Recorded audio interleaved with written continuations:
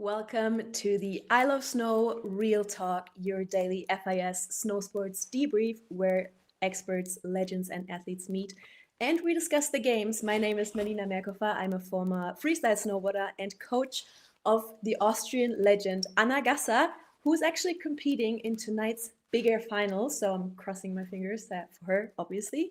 Today was already a really big day of competitions, and I'm very happy to have some very special guests today with me because we did have the team combined men today. And yeah, I'm very excited. And let's welcome our first guests, the Fearless Finns, and who finished in the 9th place in the Alpine team combined today, Elian Lehto and Eduard Hallberg. So welcome to the show, guys. How are you doing?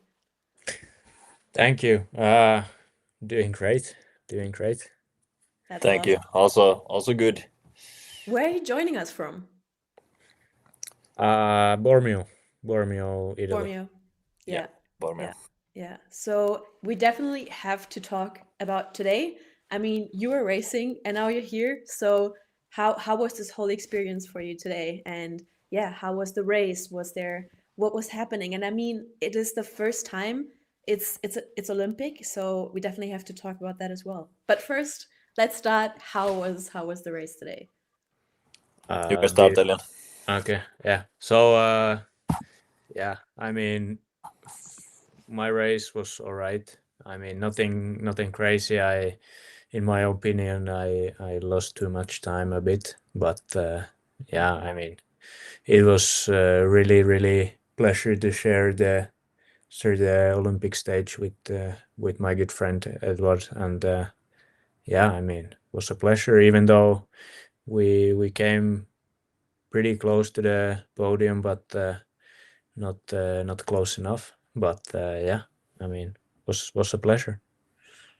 Yeah, I mean that was a top 10 finish. I think that's pretty impressive. So yeah, but maybe we can talk about it was the first time in the Olympics. So can you briefly explain the format? Because I mean, obviously we have a couple of people watching who might have seen your sport for the first time. So maybe you can explain the format a little bit for us.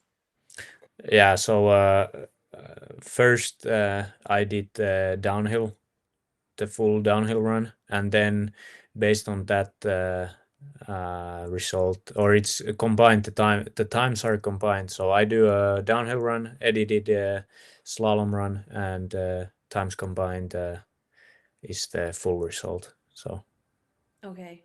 Okay. How do you see that downhill track compared to like other tracks? Is that like very difficult, more difficult than others, or normally Bormio is pretty tough okay? already, yeah, because of yeah, I mean, we have really high speed, Mm, difficult turns, not so easy snow. Like today we had really bumpy snow, and sometimes it's aggressive, sometimes it's really icy.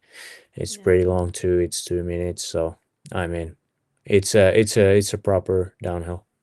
Yeah, yeah, it definitely looks like it. And I've heard in an interview that yeah, it's one of the hardest ones ever and only the best of the best win. So yeah, it's pretty impressive that you finished in top 10, I guess. But yeah, that's super sick. So let's I mean, I saw on Instagram that you are pretty close to the Swiss team. So maybe we do have some pictures, I think, of you and the Swiss guys. So maybe you can explain a little bit how the whole training setup works. And I think that was in Zermatt for preseason training. Yeah. So yeah, I was really fortunate about 4 years ago to join the Swiss ski team. Mm, It's really yeah, the downhill and super G. It requires a lot of training and facilities and coaches and so on. So it's really tough for Finland to make that happen. So we bought the how do you say, we bought the service from the Switzerland, and I'm really glad for that. Yeah, I guess like the friendship between the different countries is in general like pretty special in winter sports. We do have that as well in Park and Pipe. We have like a couple of countries just traveling together because for us, pre-season training and we travel all over the world, right? And it's so expensive.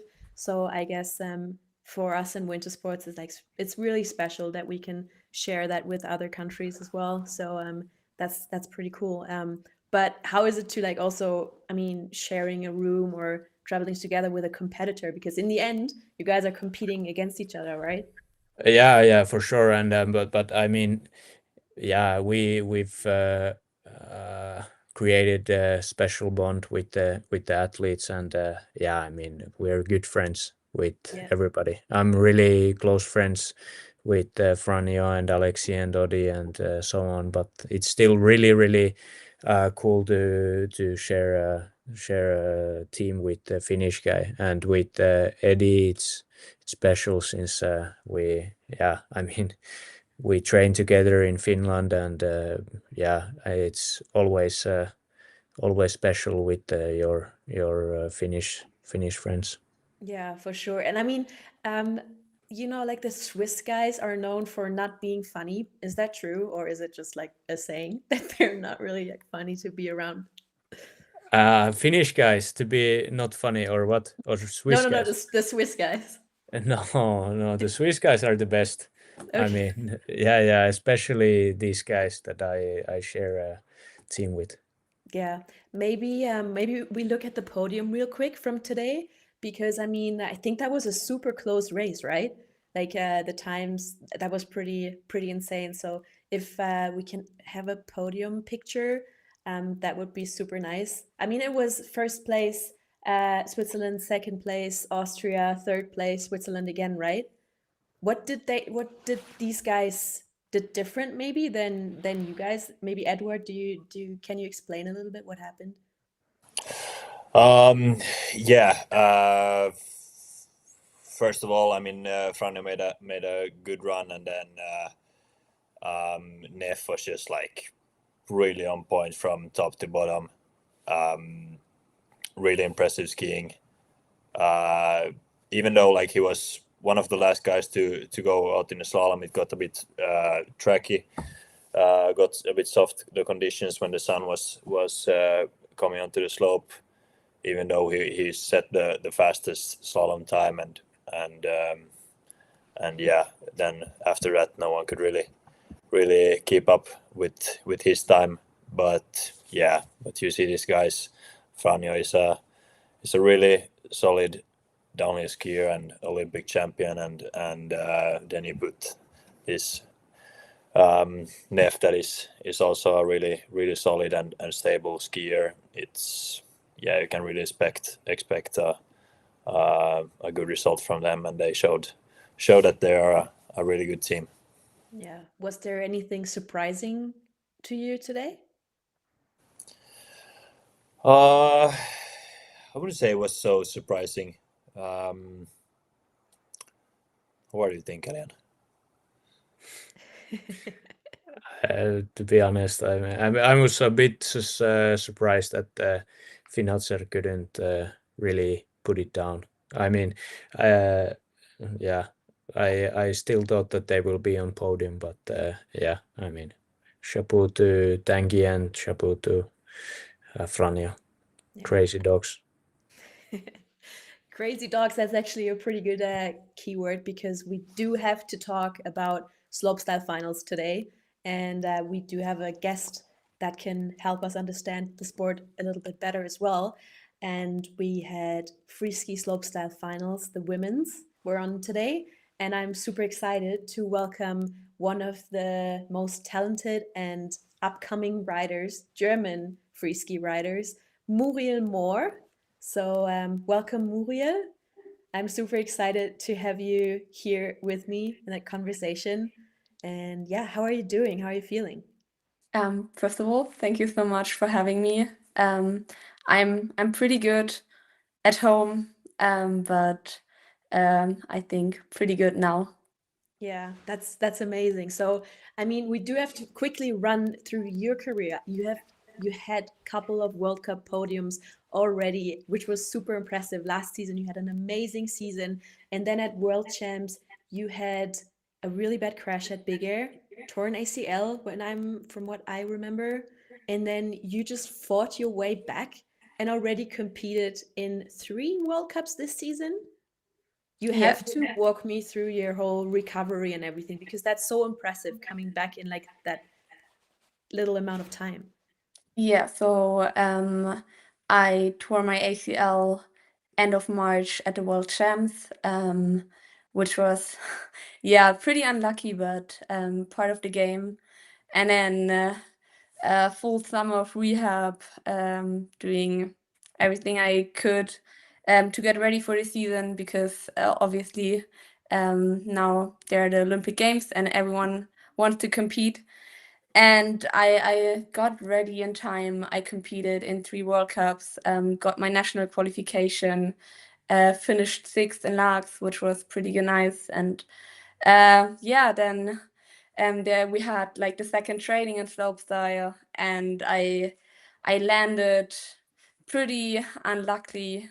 And yeah, my meniscus is a little injured right now, but I'm trying to get ready for Big Air, so I can compete on Saturday. That's some really good news right there. I'm really excited to watch you in Big Air, because I mean that's also a discipline where you have a couple of podiums, World Cup podiums already, which is super impressive at your young age.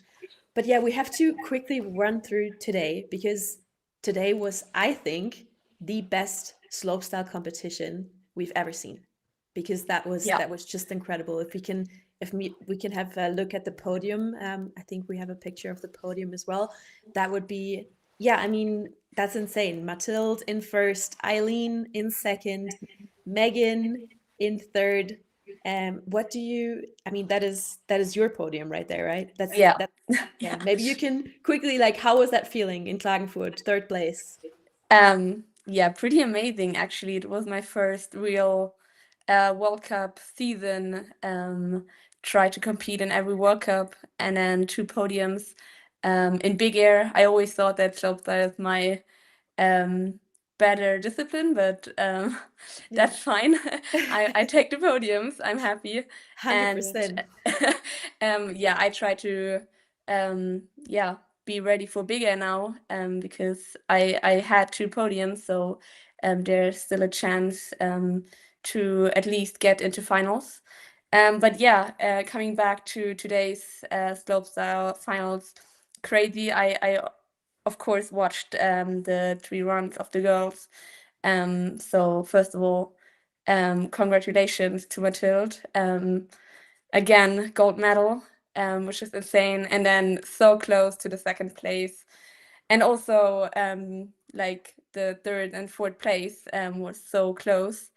So yeah, congratulations. I think the whole thing like had so much drama, because if we look at even before the competition, if we look at the constellation, Mathilde with her coach, Misra kind of ditched her like last minute, and then became the coach of Eileen. And then Mathilde had, didn't necessarily have like a coach. And I think that's pretty insane. What does that to your mind? Like, I think because you've been training with that person, and then suddenly he decides to jump over to your biggest competitor. Yeah, that's crazy. And the same thing happened to Mathilde 4 years ago as well, in Beijing, which is crazy. Like, both coaches leave her before the Olympics and go to Eileen and coach her. But yeah, congratulations for winning gold again, which shows that she is the one, and she has it, which is insane.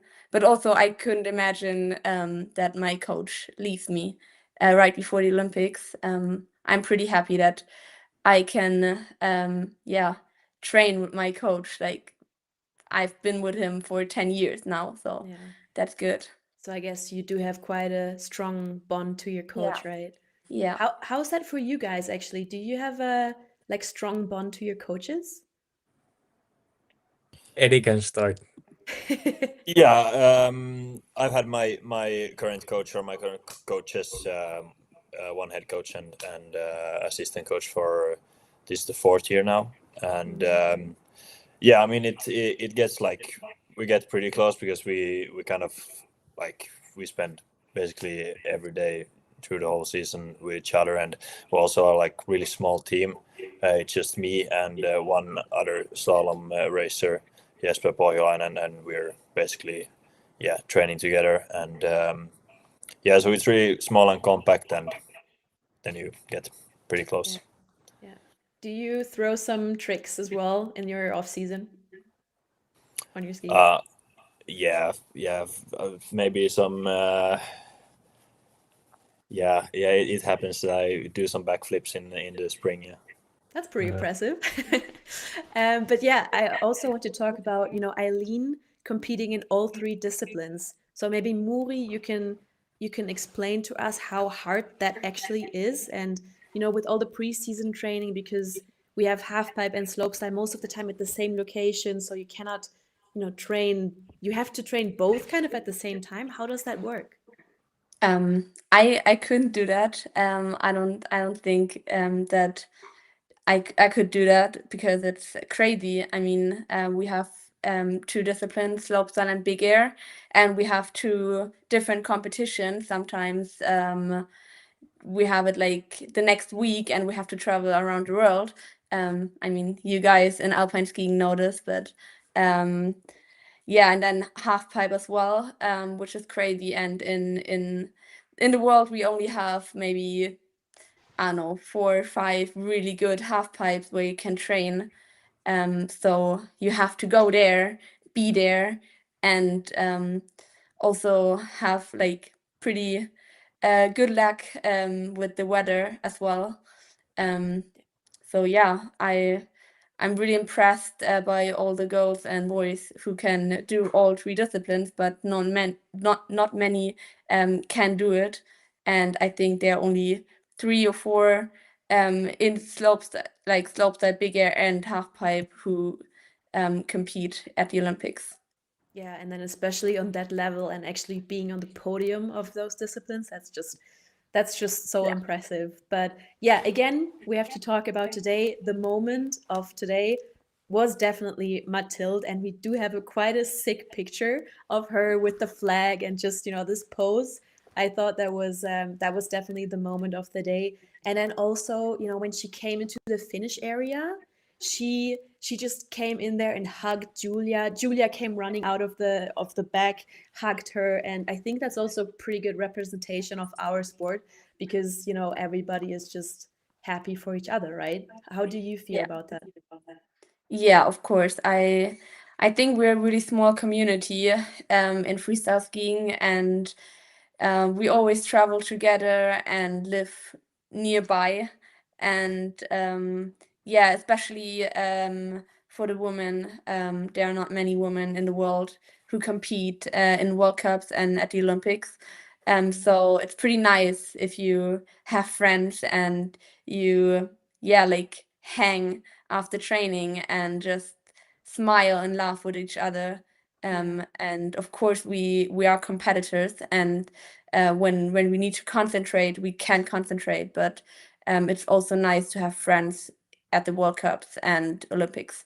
Absolutely. And this brings me to your next topic, which is the hot take of today. Because today we saw some free ski guys taping their pants again. And Muriel, I think you saw that during Laax Open as well. And we did have it in China at the halfpipe competition. So can you quickly explain to us what is the tape for on the pants? So I also did it at the Laax World Cup. So we used the tape to like get aerodynamics, more speed, because when the course is slow, maybe we have wind, and we have obviously pretty baggy clothes on. We are not that fast, and we need speed to jump over the knuckle and get into the landing. And sometimes we need to tape our baggy pants and shirts. So yeah, that we really can land in the landing and not on top. Yeah. So Eduard, I guess we're not going to see you guys racing in baggy pants. I don't think so. I don't think so. I think we're gonna stick to our latex dresses. Yeah. Spandex suits. But when you're like off schedule and you're skiing for yourself, do you wear baggy pants or do you wear tights? Yeah, I mean, to be honest, I hate the race suits. If I could, if everyone could just like decide to ski in a bit more relaxed clothes, I would be totally in. But I guess we're searching for those hundreds, and then we have to be in race suits. Absolutely. Nah, I understand. But yeah, that's so far it for the discussion. So now we have to look at tomorrow. I mean, today is still an exciting day because we have women's snowboard big air finals. And then what are you guys watching tomorrow? Is there something you want to watch? I think for sure I will be watching the Alpine skiing team combined. And yeah, that's awesome. But yeah, we also do have the freestyle skiing men, which is super exciting finals actually, and then cross country and alpine skiing, so a lot of events to look out for. So yeah, I am super thankful that you guys had time to join this conversation today, and yeah, enjoy your time in Italy and good luck for your next competitions. And thank you guys for joining this live show, and I hope to see you guys tomorrow at 6 p.m. Thank you. Thank you. Thank you so much. thank you. Thanks.